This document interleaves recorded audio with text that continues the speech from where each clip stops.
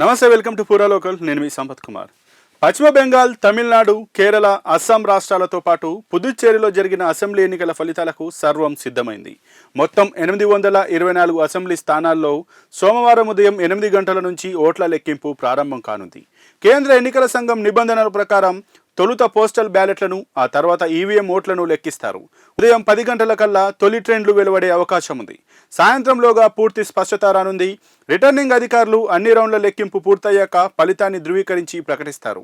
మొత్తం 824 నియోజకవర్గాల్లో ఏకకాలంలో లెక్కింపు జరుగుతుందని ఎన్నికల సంఘం తెలిపింది. ఓటర్లు రియల్ టైం అప్డేట్ల కోసం ఈసీఐ వెబ్సైట్ను చూడవచ్చని పేర్కొంది. ఈ ఎన్నికల పోలింగ్ ఏప్రిల్ నెలలో జరిగింది. అస్సాం, కేరళ, పుదుచ్చేరిలలో ఏప్రిల్ 9న, తమిళనాడులో ఏప్రిల్ 23న, పశ్చిమ బెంగాల్లో ఏప్రిల్ 23, 29 తేదీల్లో 2 దశల్లో పోలింగ్ జరిగింది. బెంగాల్లో అత్యధికంగా 92% కంటే ఎక్కువ ఓటింగ్ నమోదు కాగా, అస్సాంలో రికార్డు స్థాయిలో 85.38% మంది ఓటేశారు. తమిళనాడులో 84.69%, కేరళలో 79.63%, పుదుచ్చేరిలో 89.87% ఓటింగ్ నమోదైంది.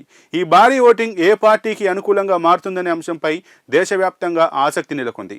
కౌంటింగ్ కేంద్రాల వద్ద ఎటువంటి అవాంఛనీయ సంఘటనలు జరగకుండా స్ట్రాంగ్ రూమ్ వద్ద అధికారులు 3 అంచెల భద్రతను ఏర్పాటు చేశారు. ఎగ్జిట్ పోల్ అంచనాలు రాజకీయ వర్గాల్లో ప్రకంపనలు సృష్టిస్తున్నాయి. బెంగాల్లో అధికార తృణమూల్ కాంగ్రెస్, బీజేపీ మధ్య హోరాహోరీ పోరు సాగుతోందని, అక్కడ హంగ్ ఏర్పడే అవకాశాలు కూడా లేకపోలేదని సర్వేలు హెచ్చరిస్తున్నాయి.